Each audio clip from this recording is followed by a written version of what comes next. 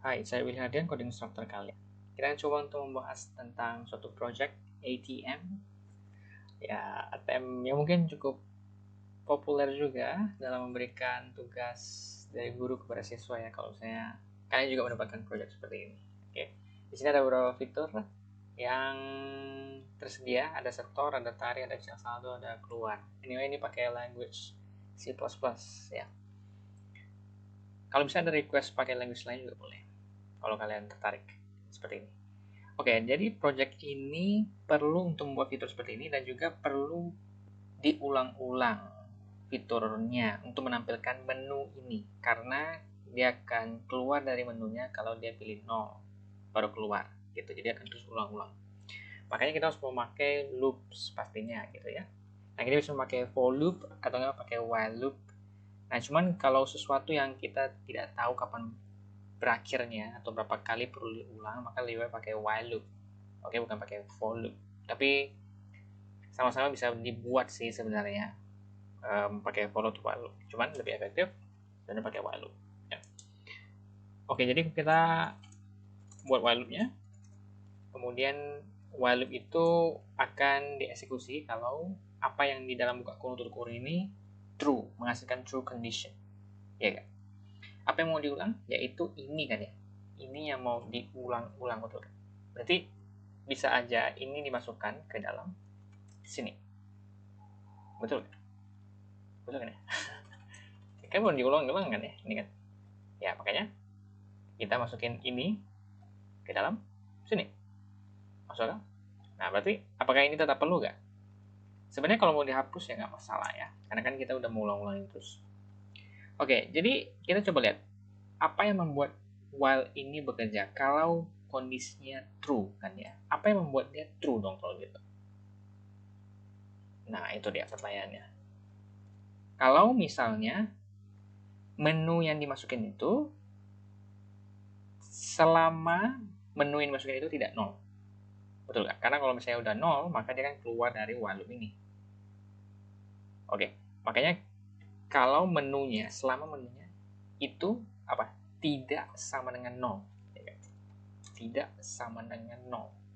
Ini salah satu logikanya. Atau enggak, logika yang lain adalah selama menunya itu di antara 1 sampai 3 gitu misalnya. Bisa juga kalau mau logika seperti itu. Tapi kalau misalnya mau seperti itu, kalau misalnya kita masukkan nilai menunya adalah 5 misalnya, mungkin dia tiba-tiba bisa keluar dong yang ada baru. Jadi nanti disesuaikan lagi. Jadi contohnya menunya kondisinya seperti ini. Lalu kita belum buat variabel menu ya, kita buat dulu. Ganti menu. Oke, kita harus cek dulu kan menunya apakah sama dengan 0 enggak. Nah, apakah sama dengan 0? Misalnya 1. Nah, apakah 1 tidak sama dengan 0? Iya, benar, true. Makanya dia bisa masuk ke dalam while loop ini. Gitu. Jadi, makanya kita taruh 1 misalnya. Apapun variabelnya, apapun nilai variabelnya nggak masalah, asalkan tidak sama dengan 0. Makanya ini kalau mau lebih bagus sih pakai do while. Oke, do while. Jadi dilakukan dulu do, biar ini nggak perlu desain dengan suatu nilai. Do while. Apakah familiar dengan do while ini? Nah, jadi kalau misalnya kita lihat harusnya sih dia udah bisa ulang-ulang. Cuma di sini kita belum ada satu hal yaitu untuk input dari user memakai cin ya. Nah, cin masukin menunya. Setelah sudah masukin menunya, dia akan pilih dong ya, apakah dia pilih 1 atau 2 atau 3. Berarti sekarang saatnya kita membuat kondisi untuk mengecek apa yang menjadi pilihan dia. Misalnya kita masukin switch kan di sini. Bisa juga memakai if, cuma switch kan lebih efektif. Karena kita hanya membandingkan dengan satu variabel yang sama, which is di dalam switch ini dengan yang case-nya. Jadi switch menu case 1, maka kita akan melakukan setor. Oke, dia akan menambah nilai uangnya. Sebenarnya sih kita memerlukan suatu variabel ya. Jadi menambah nilai uangnya. Berarti misalnya kita mempunyai satu variabel namanya saldo. Nah, Nah, jadi kita akan masukin saldo ditambah, di increase nilainya, makanya ditambah dengan berapa. Oke. Nah, berapanya ini bisa juga dapat dari user ya. Jadi misalnya kita buat satu variabel lagi adalah namanya nominal. Ya, misalnya doang. Jadi bebas sih sebenarnya nominal. Oke, nominal dapat dari user kan, maka perlu untuk tanya user kembali. Oke, masukkan nominal. Kemudian kita masukkan si nominal. Menambah diri dia sendiri, oke? Ditambah. Jadi saldo diambil, saldo sekarang ini berapa? Misalnya udah mulai dari 0 dulu kan. Kalau nggak tahu kan nilai awalnya berapa. 0 ditambah dengan nominalnya. Atau enggak bisa juga disingkat dengan cara seperti ini ya. Nah, sama kan karena saldo sama dengan saldo ini. Gitu. Kemudian kita lanjutkan aja untuk case 2-nya, yaitu tarik.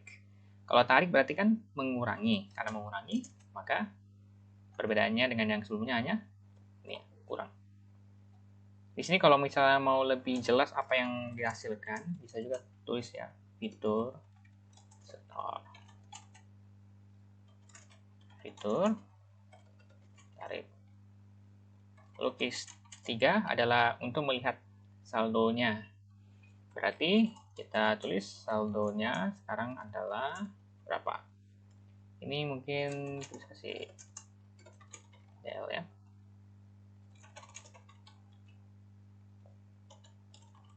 DL. Ya. Saldonya berapa? Saldo.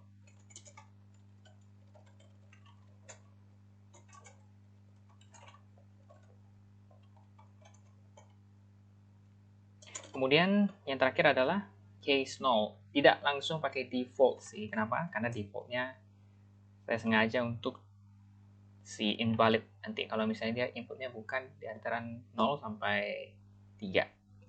Makanya saya masukin kalau case 0 ya. Misalnya dia akan bilang keluar gitu. Atau enggak keluar. Kamu telah keluar gitu ya. Dan dia bilang terima kasih.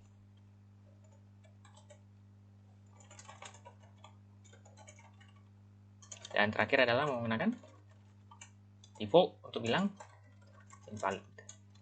Pilihan tidak valid. Karena yang bisa dimasukkan hanya di antara 1 sampai 0 doang. 0 sampai 3 ya.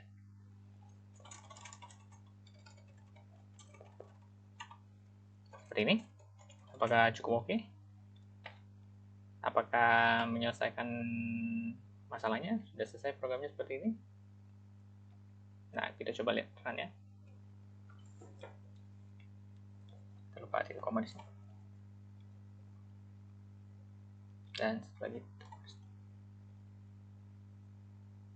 Oke, jadi kita coba cek saldo dulu deh misalnya. Oke, 0 ya. Isi saldonya ini lupa turun ke bawah lagi ya. Jadi kita bisa kasih ENDL lagi untuk kasih new line di sini. Coba kita cek saldo. Oke, 0 kan. Coba kita setor nilai nominalnya, misalnya tambah 100 misalnya.